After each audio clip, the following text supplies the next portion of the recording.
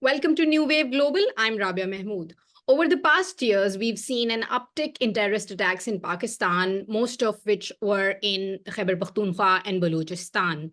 As per a report by Center for Research and Security Studies, more than 1,500 people, Pakistanis, were killed just in 2023 in 789 terrorist attacks and counterterrorism operations in that year, which is basically the highest number of people killed in the country and also the highest number of terrorist attacks in the country since 2017.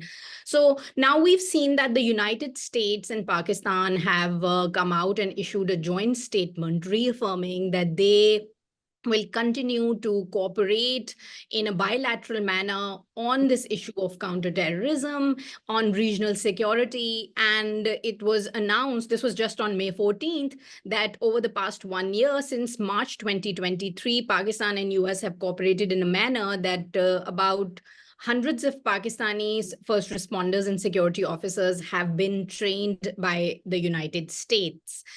So that came out. And then we saw that in the past few days, there has been an attack in South Waziristan, which killed at least 5 people, including a man from South Waziristan, his wife and children.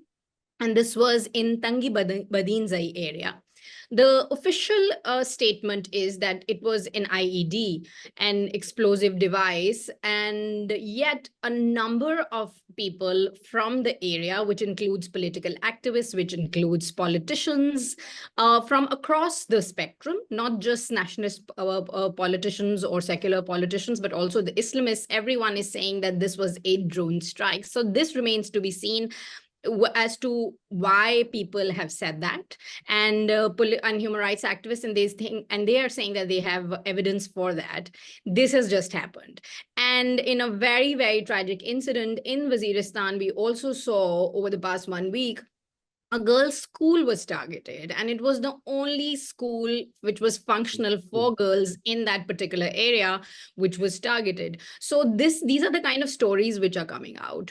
And activists and political leaders from the region have been sounding the alarm on this one particular issue, that there is terrorism, that the Taliban and other terrorist organizations have re-emerged in the area, that they have reconfigured, that they are back. The good Taliban or the bad Taliban. This is beyond the point. The point is that they have been sounding the alarm on this. And it's not like that the people who've been killed in these terrorist attacks are just locals. We are talking about security forces. We're talking about men from the military, ordinary soldiers who've been targeted repeatedly. And in addition to this, there has been violence and crime of other sorts, which also, again, the locals have pointed fingers towards these militant organizations or these terrorist outfits. Kind of attacks that we were talking about include targeted killings of political workers, of politicians, and also kidnapping for ransom, and just a lot of lawlessness which is not accounted for, for which there is no accountability.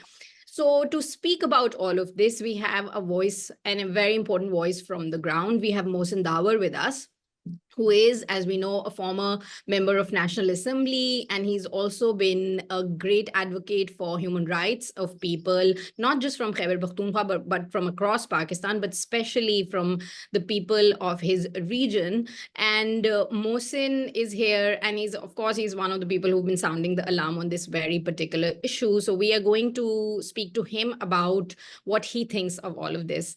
So I will start from the latest. You also spoke that the incident in Tangi Badinzai could be a drone strike. Why do you think so? And what exactly happened as far as your sources are concerned and what you know? Well, thank you very much for inviting me. As far as the incident of Tangi Badinzai in South Waziristan is concerned, I think initially the response was the same like the past. They tried to divert and they tried to create a perception that it wasn't a drone strike and it was something else and it was an IED attack. But then, when political workers from the ground, they came out with the pictures of the material of the drone. I think after that they couldn't say much about that incident, because there was solid proof about the argument that it was a drone attack.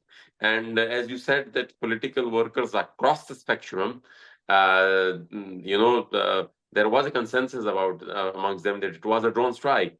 And so they couldn't deny it because there was solid evidence. And unlike the past, now it's in this era of communication, in this era of social media, you cannot hide facts such blatantly. And that's what happened in this case also.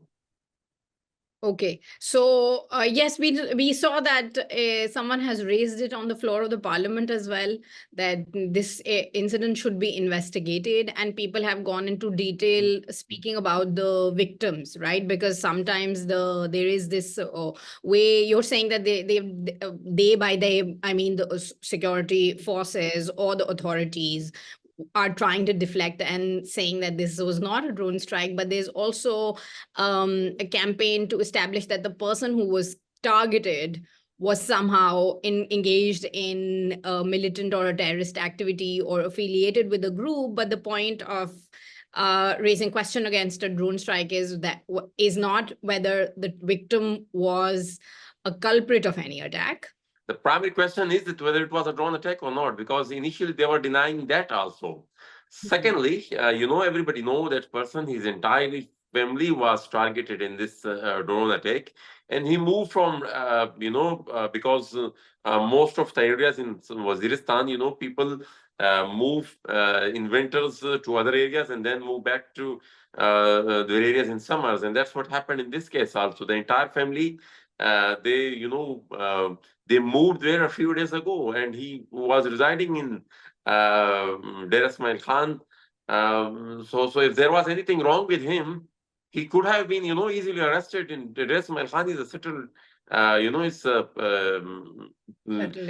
there is access of the law enforcement agencies to almost each and every citizen. So it was just, the argument was just, and they just tried to deflect once again, and blaming, whoever they have killed or whoever, they have targeted. They have always blamed them terrorists, whether they be a political worker, whether they be any other innocent person who has been killed in any search operation, any mistake of the military.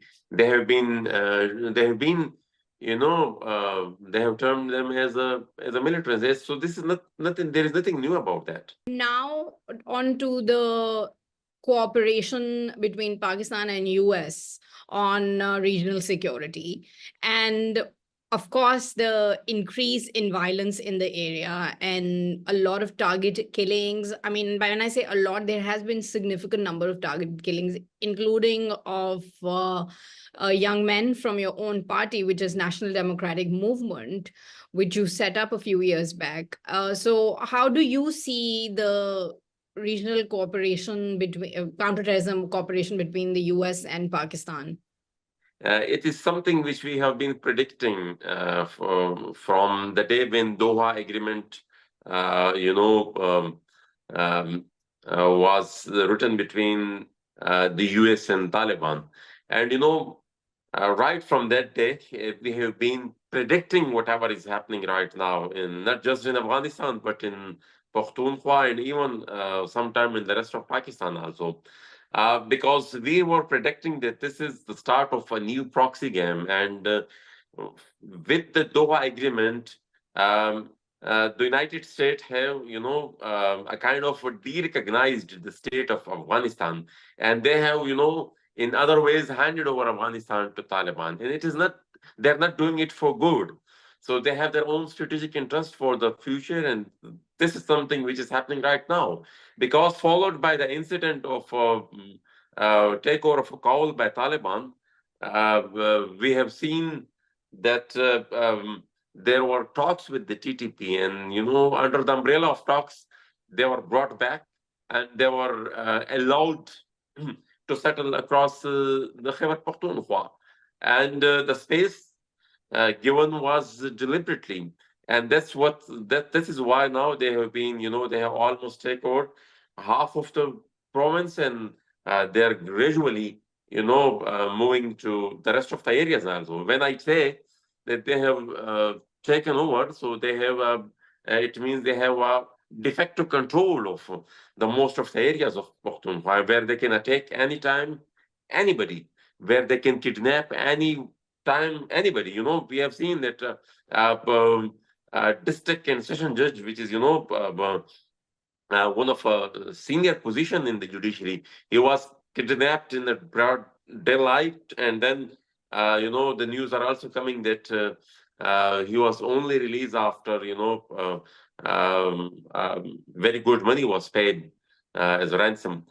So, and we have seen target killings, and all the target killers, after whoever they have attacked,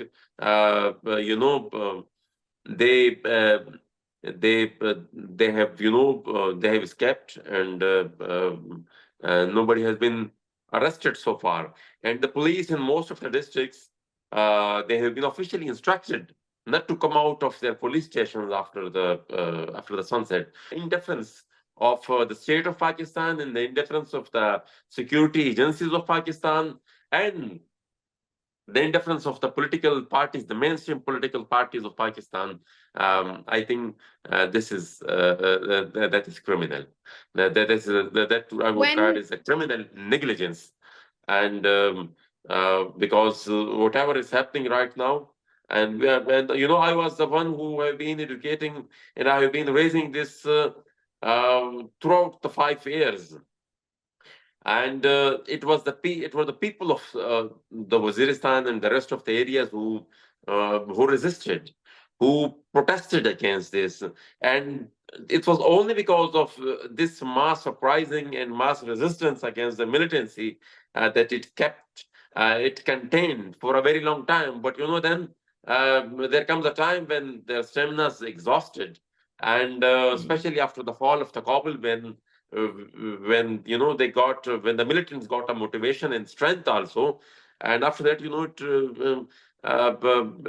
now it has become a bit difficult for the general public to oppose it. When you say that these are the Taliban, that there was an incident in Dera Ismail Khan where, just the example from last night that you're giving, that they attacked the house of a political worker. And we've seen that they've been attacking political workers of all political parties in the region. It includes JUIF, your party, NDM, PTI's workers as well. So who are these Taliban, quote unquote? Are they affiliates of TTP? Are these other mini groups? Like, who do we call Taliban in this situation? Who are these people? Well, what are these groups? Well, it's a mix of everything. There are areas which are, being commanded by TTP. There are areas which are commanded by other groups. It's a mix of all of them. But all of them works under the umbrella of Amarat Islami. So they have been, and they have aligned themselves with the Amarat Islami, and they have accepted the Amir of Amarat Islami as their leader. So they are operating on different names. And apart from that, there is one more thing, which is under making for the replacement of Taliban. Just like Mujahideen were replaced by Taliban, so there is also something which is under under construction, or I would say that a lot has been done on that thing also. So that is under consideration. Tomorrow we can see that we can see Daesh as a replacement of TTP, but the main objective is again the same: to keep this entire region in a chaos, in a violence, in a state of destruction. And because from last 40 years been witnessing the violence going on. We have initially seen Mujahideen, then Mujahideen were followed by Taliban. Both were apparently fighting in the name of Islam, and then we have seen a democracy, and then we have seen again the democracy toppled by the same Taliban, and now we are coming across a new phenomenon of ISKP. And the ISKP is the same like just Taliban were against the Mujahideen. So the objective is to keep the cycle of the violence alive. I think the West, for their strategic interest, they have been doing it very effectively in the past 40 to 45 years.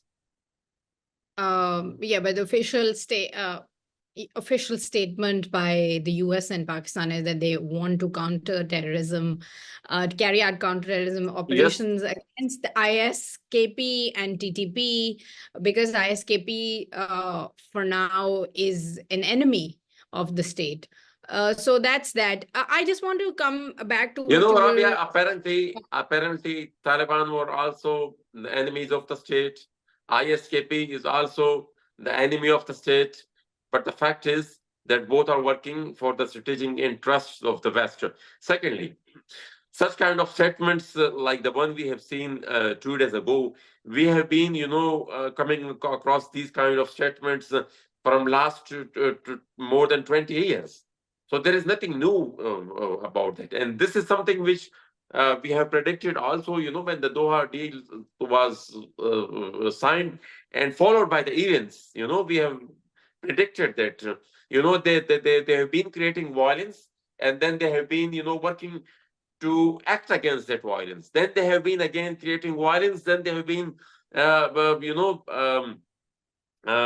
acting against that violence. But they have never, meant to eradicate the violence completely, because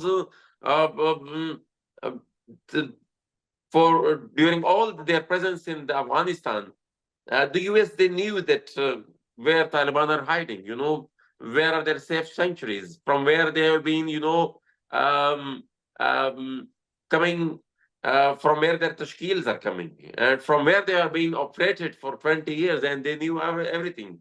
But, because their objective was not to stop and eradicate militancy, because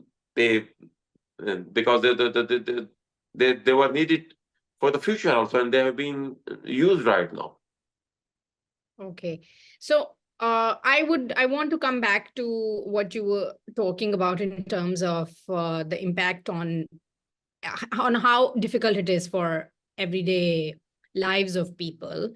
The girls' school was targeted, which of course brought back all these memories of all the girls' schools which have been targeted in Khyber Pakhtunkhwa. And this was particularly very sad to see, if I may call it that, because it was the only girls' school in the Shewa Tehsil, if I'm pronouncing it correctly. And so this is just one incident, because this just happened, but we've seen like everyday lives being impacted in a way that people who have been targeted are teachers, they're healthcare workers, they could be working for the government, they could be college students, university students. So how can you tell us a bit more about what day-to-day life is like, for instance, for people in the constituency you were representing? Let's start from there, please. People have been resisting, but to contain such a big force for such a long time is not, the capacity of a general public or even some political groups of that area. As I have said, that people have been protesting, they have never stopped.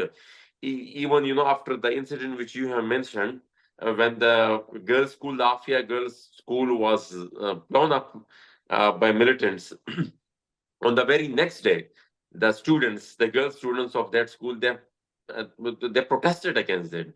So the people are not giving up, but to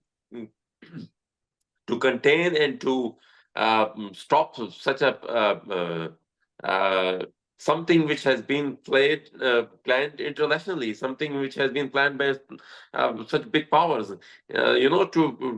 To fight against it and to contain such a big proxy game is not, the capacity of the people of one or two or three districts. And it's not even the capacity of a few political groups also. Although whatever they have done is, that has kept the militancy contained for a very long time.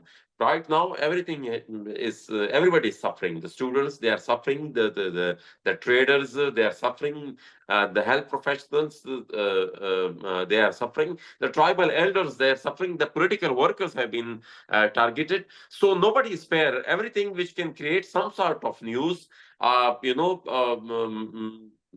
they have come out, with either blowing a school or attacking a political worker. So whichever can create a news, they have been doing it. So yes, I meant more in terms of that when I say everyday lives of people, I meant access to education, access to healthcare, those kind of things. What is happening on that front when it comes to the lives of people in your constituencies and other places? What is that like for them? Since let's just add this, that since also the Khyber Pakhtunkhwa is now one province and tribal districts are part of KP. When there is environment like the way it is in Waziristan, so there is always fear amongst the parents about their children. Um, um, you know, there is there is a fear across the board in the minds of the men, the women, the children, and everybody, in each and every member of the society. So nobody, as I said, that nobody is spared in this war. Nobody have been, we have seen that health workers have been targeted, and just imagine that still going for a polio campaign, keeping in view whatever has happened to the polio workers in the past. But, because people, as I have said, they have learned to fight. They have been fighting it. They have been still running the polio campaign. Similarly, if we talk about education, if you see the girls' schools, blowing up, same kind of incident happened during the election also. Even on the election day, the polling stations were blown up in some of the areas in Waziristan. So imagine the sentiments of the parents, sending their children to school, keeping in view this environment of fear and terror.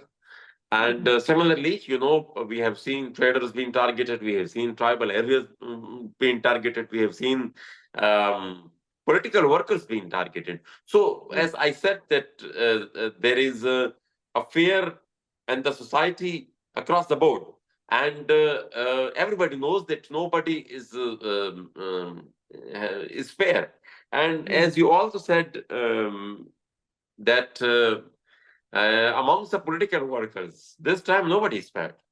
Not just those with nationalist ideologies, but we have seen that political workers of the religious parties have also been targeted. Been targeted. Okay, Mohsin, now to our last question, which is about what happened with you on the polling day. Can you tell us about that incident and where your complaint is at? Well, there are two different cases. One is the election petition, which is pending in the election tribunal. And the other one is the criminal case, which we have filed, which initially we filed in the district court, but that was dismissed. And now it is pending in the High Court, Banu bench of Peshawar High Court. And we have, requested to lodge the FIR of the murder of our comrades and all those who were injured by the military in that attack. And, the incident, as you asked, it was, a broad day, assassination attempt. And it was a blunt firing in which four of our friends or party members, three, martyred on the spot, and one, later on, after the surgery, he died later on, and 15 of our members got bullet injuries on the spot. And the reason was because we were protesting against the ongoing rigging, because they announced initially the results of the two of the constituencies while the result was still coming. And then I got the information that last night they have tempered many Form 45 of different polling stations, and they're about to announce the victory of a GUI candidate who was apparently on third position, because the person who was competing with me a bit closer was the PTI candidate, and the one who was announced victorious was the one who was far behind, and he was on third position. So, but when the presiding officers told me that our results have been tempered by the returning officers along with the military officials sitting with him, and they're about to announce the results of all the three constituencies. The two were announced, the third was about to announce, and then we decided to protest against that, and we were, protesting against that, and they opened firing. The way we were fired, I have the video footages. I think it was very brutal. Okay. So what's the state of your own injury now?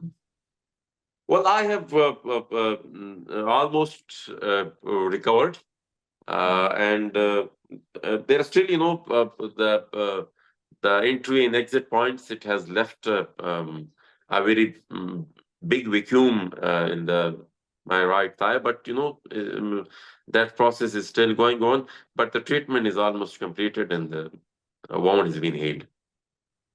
Mohsin Dawar, thank you for speaking with us and explaining your perspective from the ground on the ongoing uptick of violence in Pakistan and terrorist attacks. Khuda Hafiz.